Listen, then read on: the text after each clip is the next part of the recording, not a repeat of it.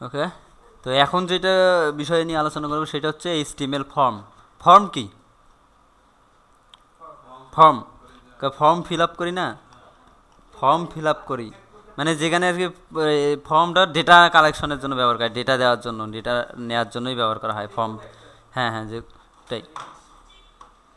যেমন আমরা যে ফর্ম ফিল আপ করলাম না, এই অ্যাডমিশনের জন্য ফর্ম ফিল আপ করলাম, ওটা একটা ফর্ম। যদি ওটা অনলাইন হতো, যদি বলা হতো যে ওই ফর্মটা অনলাইন বেস, অনলাইনে অ্যাডমিশন হবে, তাহলে তো আমাকে ওইরকম একটা ফর্ম তৈরি করতে হতো, তাই না? সেইটা ফর্ম। আমি ফেসবুকে রেজিস্ট্রেশন করি না, ফেসবুকে রেজিস্ট্রেশন করতে হলে নাম দিতে হয়, ইমেল দিতে হয়, এই যে ফর্ম তৈরি করতে হয় না, এই এই এই যে ফর্মটা কিভাবে তৈরি করা যায় সেইটা আজকে দেখবো। এই যে এই সেকশনের কাজ হচ্ছে এইটা। তো এইচটিএমএল গত ক্লাসে যে গত ক্লাসে মানে গতটাতে যেগুলা আলোচনা করছি ওগুলো একদম বেসিক। এইটা হচ্ছে পুরোপুরি মানে পিএসপির সঙ্গে রিলেটেড। এইটা দিয়ে পিএসপির অনেক কাজ হয়, মানে পিএসপি আছে মানে এইটা থাকবেই। কারণ যখন আমি ইনসার্ট আপডেট ডিলিটের কাজ করব সব কাজ এই ফর্ম দিয়ে করব। তো ফর্মের ফর্ম ভ্যালিডেশন আছে কিছু, যে এইচটিএমএল দ্বারা ফর্ম ভ্যালিডেশন করা যায় সেগুলো। তো ফর্মে কি কি থাকে? প্রথমে থাকে হচ্ছে একটা টেক্সট, মানে প্রথমে বলতে নাম্বার ওয়ান হচ্ছে টেক্সট। টেক্সটটা কি? আমরা ফেসবুকের নাম দেই না, তারপর ইমেইল দেই না, লেখে দেয়া যায় যেটা, সেটা হচ্ছে টেক্সট। তারপরে সিলেক্ট, সিলেক্ট হচ্ছে ড্রপ ডাউন। ড্রপ ডাউন মানে অনেক জায়গায় দেখা যাবে ডিস্ট্রিক্ট, বিভাগ এরকম থাকে না, তো এই যে সিলেক্ট করে দিতে হয়, অনেকগুলো আছে, যে কোনো একটা সিলেক্ট করে দিলাম, মানে ড্রপ ডাউন ক্লিক করে সিলেক্ট করে দিলাম, এইটা হচ্ছে সিলেক্ট। চেক বক্স হচ্ছে কি? টিক চিহ্ন দেওয়া, মানে অনেকগুলো টিক চিহ্ন দেওয়া যায়, এটা হচ্ছে চেক বক্স। আর রেডিও হচ্ছে, রেডিও মানে গোল থাকে একটা, মানে ওখানে ক্লিক করা যায়। চেক বক্স রেডিও দেখতেই, দেখতে একই রকম না, মানে বিষয়টা একই রকম মনে হয় কিন্তু কাজ ডিফারেন্ট আছে, তো সেটা আসতেছি। তো এইটার মধ্যে কাজ ডিফারেন্টটা হচ্ছে কি, চেক বক্স ব্যবহার করা হয় মাল্টিপল সিলেক্টের জন্য, মানে অনেকগুলো। বললো যে তোমার ইন্টারেস্টেড কোর্স দিল, এখন ওয়েব ডিজাইনও করতে পারো, ওয়েব ডেভেলপমেন্ট আর মোবাইল, আমি দুই তিনটে সিলেক্ট করতে পারি, তাই না? সেইটা সেই ক্ষেত্রে যেখানে মাল্টিপল সিলেক্ট করতে পারো সেই ক্ষেত্রে ব্যবহার করা হয় হচ্ছে চেক বক্স। আর যেখানে অনেকগুলোর মধ্যে একটা সিলেক্ট করতে হবে সেখানে ব্যবহার করা হয় রেডিও। রেডিও যেমন হচ্ছে ফেসবুকে জেন্ডার সিলেক্ট করার জন্য, মেল ফিমেল, মেল ক্লিক করলে ফিমেল নাই, ফিমেল ক্লিক করলে মেল নাই। যদি কেউ দুইটাই সিলেক্ট করতে চাই তাহলে কেমন হয়ে গেল? তো এই যে ওই জন্য ওই পারপাসে ব্যবহার করা হয় রেডিও বাটন। আর টেক্সট এরিয়া, টেক্সট এরিয়া হচ্ছে ফেসবুকের যেখানে আমি পোস্ট লিখি না, একটা বড় এরিয়া, মানে টেক্সটের মতোই কিন্তু টেক্সট এরিয়া, মানে বড় একটা জায়গা, অনেক বড় জায়গা যেখানে অনেক কিছু লেখা যায়, সেইটা হচ্ছে টেক্সট এরিয়া। এই ফর্ম তৈরি হলো, কিন্তু ফর্ম তৈরি করার মধ্যে একটা বাটনে ক্লিক করে তো সাবমিট করতে হবে, মানে বাটনে ক্লিক করতে হবে, সেইটা হচ্ছে কি বাটন। তো এই হচ্ছে মূলত ফর্ম, এইগুলো মিলেই ফর্ম। তো প্রথমে চলে আসি, প্রথমে যেটা আসতেছে হচ্ছে ইনপুট টাইপ টেক্সট, এটা হচ্ছে টেক্সটের। এখন যে টেক্সট করলাম, এখন টেক্সটের এখানে HTML5-এ ইনপুট টাইপ অনেকগুলো নিয়ে আসছে। আগে মানে এমনিতেই ছিল ইনপুট টাইপ টেক্সট বা ইনপুট টাইপ পাসওয়ার্ড, কিন্তু আরও অনেক কিছু নিয়ে আসছে। এইটা নিয়ে আসছে হচ্ছে ভ্যালিডেশনের জন্য। আমি ইনপুট টাইপ টেক্সট দিলাম, এখানে তো যে কোনো কিছু টেক্সট দেওয়া যাবে, তাই না? কিন্তু আমি যদি বলি, এমন বলি যে আমার এই টেক্সটটাতে শুধু ইমেইল দিতে পারবে, ইমেইল ছাড়া অন্য কিছু দিলে এটা কাজ করবে না, মানে অন্য কিছু দিলে সে প্রোটেক্ট দেবে, মানে না এখানে ইমেল দিতে হবে, এইরকম একটা ভ্যালিডেশন দরকার আছে না? সে এই ভ্যালিডেশনটা মূলত পিএসপি দিয়ে করা হতো বা জাভাস্ক্রিপ্ট দিয়ে করা হয়।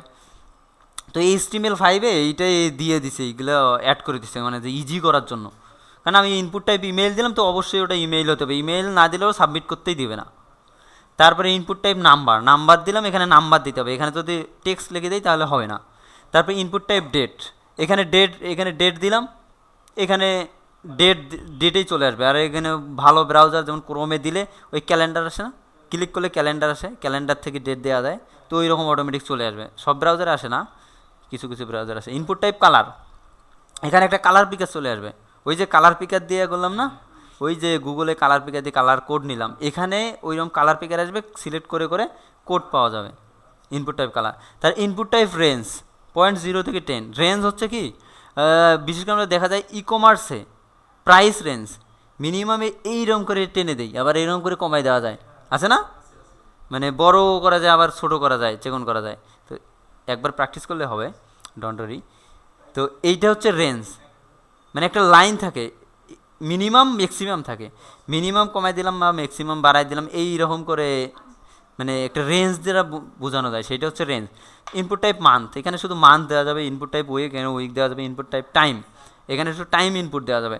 ইনপুট টাইপ সার্চ, এই যে গুগল সার্চ, এখানে সার্চের জন্য। তারপর ইনপুট টাইপ ইউআরএল, ইউআরএল গত ক্লাসে আলোচনা করছি না, http://www.com। তো ইনপুট টাইপ ইউআরএল, এখানে একটা ইউআরএল দিতে হবে, অন্য কোনো কিছু দিলে সে নেবে না। এইটা হচ্ছে ইনপুট টাইপ।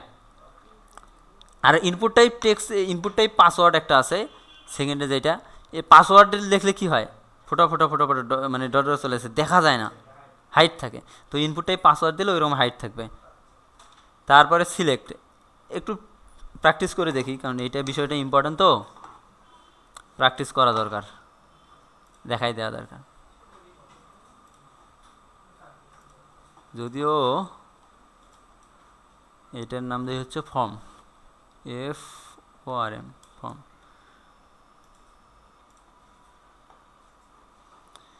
এগুলো সব উঠাই দিই। তো ফর্ম শুরু করব, যেহেতু ফর্মের মধ্যে কি থাকবে, টেক্সট, সিলেক্ট, ড্রপডাউন, চেকবক্স, অনেক কিছু থাকবে ফর্মের মধ্যে। তো ফর্ম শুরু করতে হলে কি দিতে হবে, ফর্ম, FORM, ফর্ম। ফর্ম শুরু, ফর্ম শেষ, ফর্ম শেষ। এখন ফর্মের মাঝে আমি কি দিলাম, আমার দরকার হচ্ছে নেম, নেম। এটাই হবে কি ইনপুট টাইপ, কি হবে টাইপ টেক্সট, আর হচ্ছে নেম। এইখানে একটা নেম দেব, নেম হচ্ছে দিলাম নেম। এই নেমটা হবে কি, এই নেমটা এই নেমটা ছাড়াও কিন্তু HTML এ কাজ করবে, কিন্তু এই নেমটা দেওয়ার মূল রিজনটা হচ্ছে একে তো চিনতে হবে, আর একটাও টেক্সট থাকলো, ওর number, first name second name থাকতো, একটাকে ইউনিক দ্বারা আইডেন্টিফাই করতে হবে, সেটা হচ্ছে নেম দ্বারা। এখন যদি আমি যাই এখানে আমি ফর্মটা ওপেন করি, এই যে ফর্ম ওপেন করলাম, তো নেম এখানে আমি দিতে পারছি, তাই না, সুন্দর না? তো এখন আমি একটা সাবমিট বাটন দেই, তাহলে কিছু কিছু ভ্যালিডেশন চেক করার জন্য। ইনপুট ইনপুট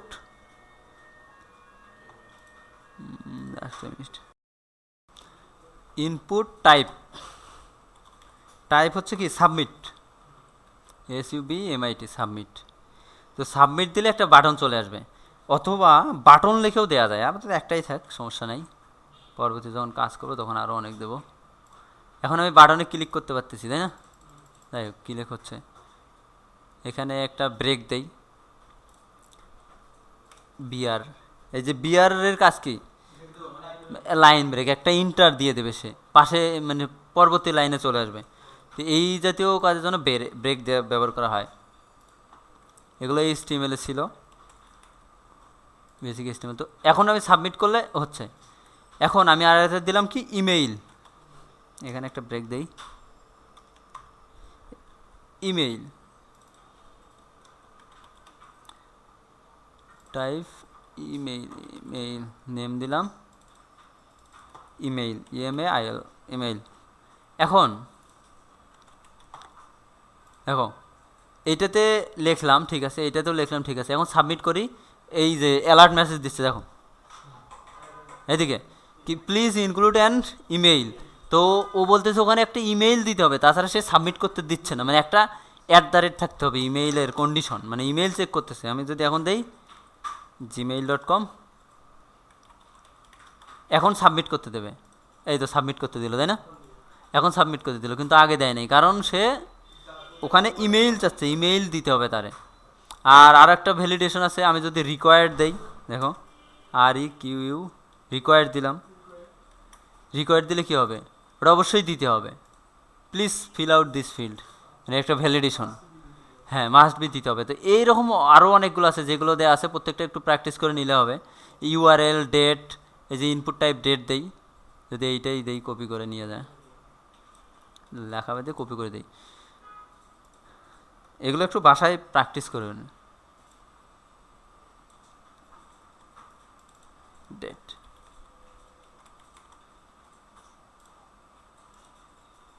আচ্ছা কী ছিল এখানে,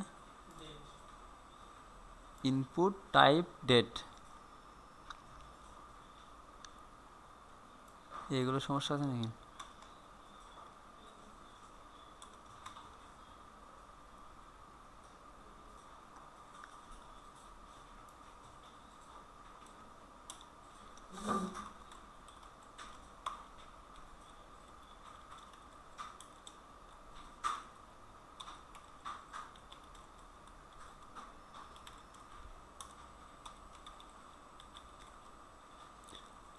ওকে, তো এখান থেকে ডেট দিতে হবে এইটাতে, এটা তো অন্য কিছু দিলে নেবে না সে। আচ্ছা, তো ব্রাউজার সাপোর্ট করছে না, ব্রাউজার ডেট দিলে এখানে একটা অ্যাড চলে আসে, টিওয়াই পি, ও টাইপ বলছে না, এই যে এখন ডেটের একটা চলে আসছে না, এই যে ক্যালেন্ডার চলে আসছে, এখান থেকে আমি নির্দিষ্ট ডেট সিলেক্ট করে দিতে পারতেছি। তো এই যে ইনপুট টাইপ ডেট, তো এইরকম বিভিন্ন টাইপগুলো আছে এখানে, এই নেম, রেঞ্জ, তারপরে এইগুলো একবার একবার করে দিয়ে এসো, একটু বাসায় প্র্যাকটিস করে দেখবা, কারণ এগুলো কিন্তু মানে প্রত্যেকটা ব্যবহার করতে হবে, প্রত্যেকটা পরবর্তীতে চলে আসবে, কারণ পিএসপির কাজ হচ্ছে এগুলো নিয়ে। ওকে, এই ছিল ইনপুট টাইপ। তারপরে সিলেক্ট, সিলেক্ট যেটা হচ্ছে ওই যে বললাম যে ড্রপ ডাউন থেকে সিলেক্ট করবে, ড্রপ ডাউন থেকে। এখন সিলেক্টের জন্য যে মেইন ট্যাগ ব্যবহার করা হয় সেইটা হচ্ছে নাম কি, সিলেক্ট, নেম কার, একে আইডেন্টিফাই করার জন্য। আর সিলেক্টের যে ড্রপ ডাউন লিস্টটা আছে, এই ড্রপ ডাউন লিস্টে আমি কি কি দেখাবো, কি কি লিস্টে থাকবে সেইটা দিলাম হচ্ছে, সেইটা থাকবে কি, এই যে অপশন করে একটা অপশন, ভ্যালু, আর এখানে নাম। ওই ভ্যালুর যেটা আসে এই মানটা আসলে পাস হবে, এই যে নেম দ্বারা যদি আমি কল করি, এগুলো পিএসপিতে আসলে তখন আরও ভালোভাবে দেখানো হবে, তখন এই ভ্যালুর মানটা ওখানে পাওয়া যাবে। তো এখানে কি হচ্ছে, সিলেক্ট দ্বারা শুরু করলাম, মাঝে প্রত্যেকটা অপশন দেখানোর জন্য অপশন অ্যাড করলাম, দেখি একটু।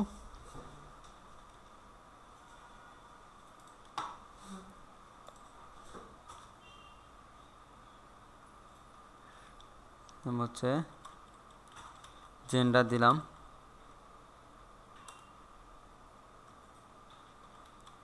SELECT সিলেক্ট, সিলেক্ট, নেম দিলাম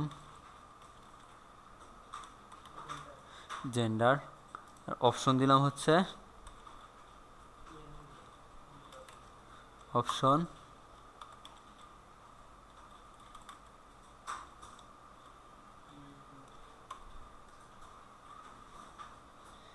ভ্যালু, ভ্যালুতে দিলাম মেল,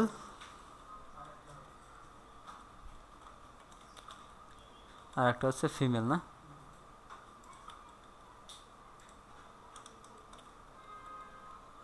ফিমেল। এখন যদি দেখি, একটা ব্রেক দিয়ে দিই,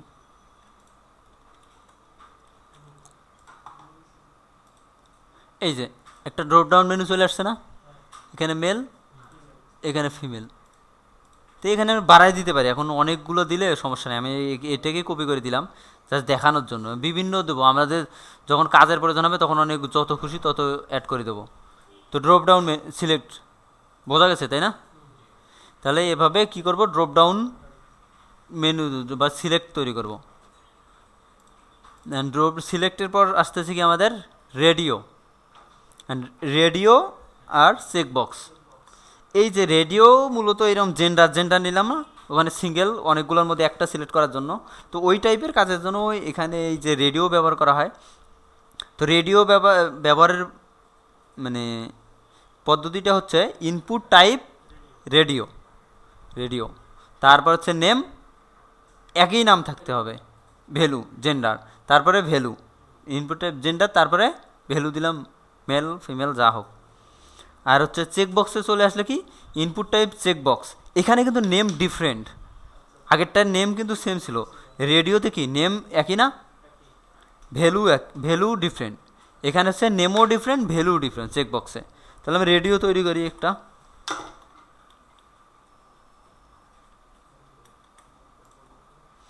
তাহলে এই জেন্ডারটাই রেডিওতেও করা যায়,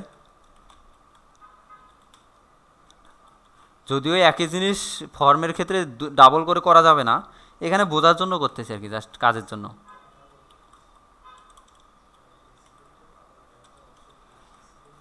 ইনপুট টাইপে দিলাম, এখানে ক্লাস দিই, class type RADIO, radio, name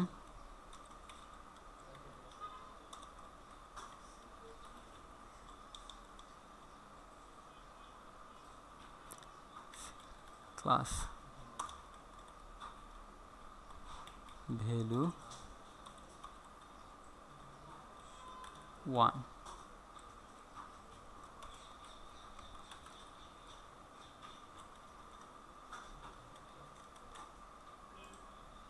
এই তো রেডিও চলে আসছে, রেডিও চলে আসছে। এখন এখানে একটা দেয়া আছে তাই না, ওই জন্য একটাই শো করছে, একটা আর একটা দেই, শুধু ভ্যালু চেঞ্জ হবে, ভ্যালু এবং এই যে পাশের লেভেলটা।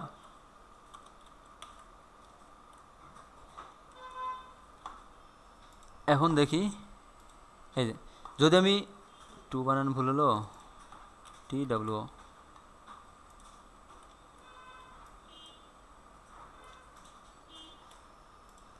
এইখানে যদি এখন 1 সিলেক্ট করি, 1 সিলেক্ট হলো এটা।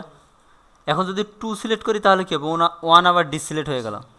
তো রেডিওর কাজে হচ্ছে এইটা, যে কোনো একটা সিলেক্ট করতে পারবো, যে কোনো একটা। এরকম যদি অনেকগুলো থাকতো ওর মধ্যে যে কোনো একটা সিলেক্ট করতে পারতাম। এইটা হচ্ছে আমাদের রেডিও। আর হচ্ছে একটা সিলেক্ট দিলাম, course, course input type, type দিলাম হচ্ছে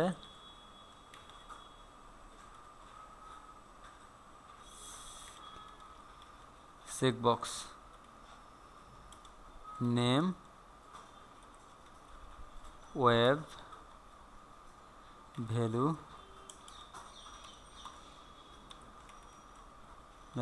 ওয়েব,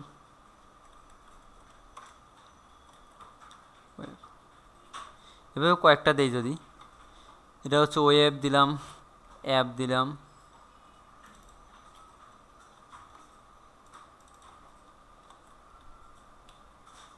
তারপরে দিলাম সফটওয়্যার, দিলাম SOFT, সফট, SOFTWR, সফটওয়্যার,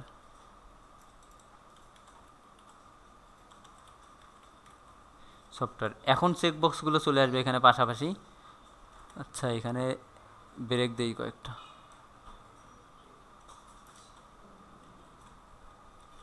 আগে এইখানে বিষয়গুলো বোঝো, এখানে বুঝলে বাসায় গিয়ে বা পরে করা যাবে, সমস্যা নেই। কোর্স, এখন এই যে চেকবক্সে কী করতেছি, এখানে মাল্টিপল এটা সিলেক্ট করলাম, এটাও সিলেক্ট করলাম না, আমি এইটাও সিলেক্ট করলাম, একাধিক সিলেক্ট করতে পারতেছি কিন্তু, তাই না? আমি চাইলাম এই দুটো, আর রেডিওতে কি যে কোনো একটা সিলেক্ট করতে পারতেছি। এইটা হচ্ছে চেকবক্স আর হচ্ছে রেডিওর মধ্যে মূল পার্থক্য। রেডিওতে একাধিক সিলেক্ট করা যায়, চেকবক্সে একাধিক সিলেক্ট করা যায় না। না, চেকবক্সে একাধিক সিলেক্ট করা যায়, রেডিওতে একাধিক সিলেক্ট করা যায় না, সিঙ্গেল সিলেক্ট করার জন্য।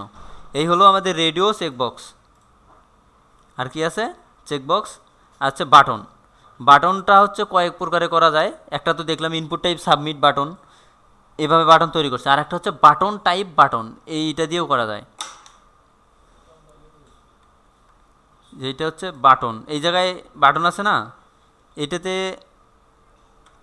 BUTTON, button slash BUTTON, button,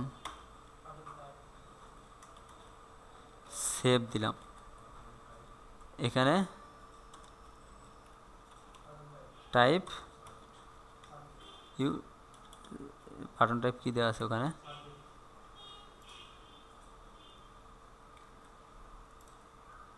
button type button, input type submit, BUTT, button. তো এইটাও একটা বাটন তৈরি হচ্ছে, এই সেভ, এই একটা বাটন তৈরি হলো। তারপরে আর একটা বাটন আছে হচ্ছে রিসেট, ইনপুট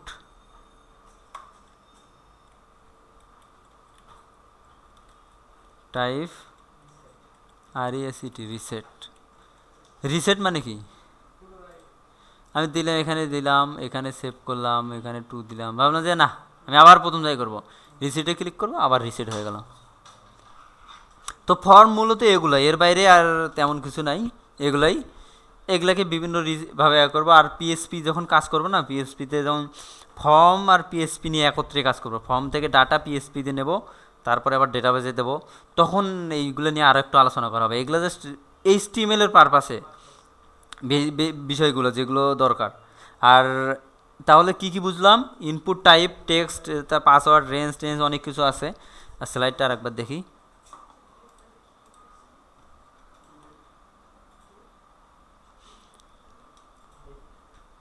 তাহলে ইনপুট টাইপ সিলেক্টে কি কি আছে?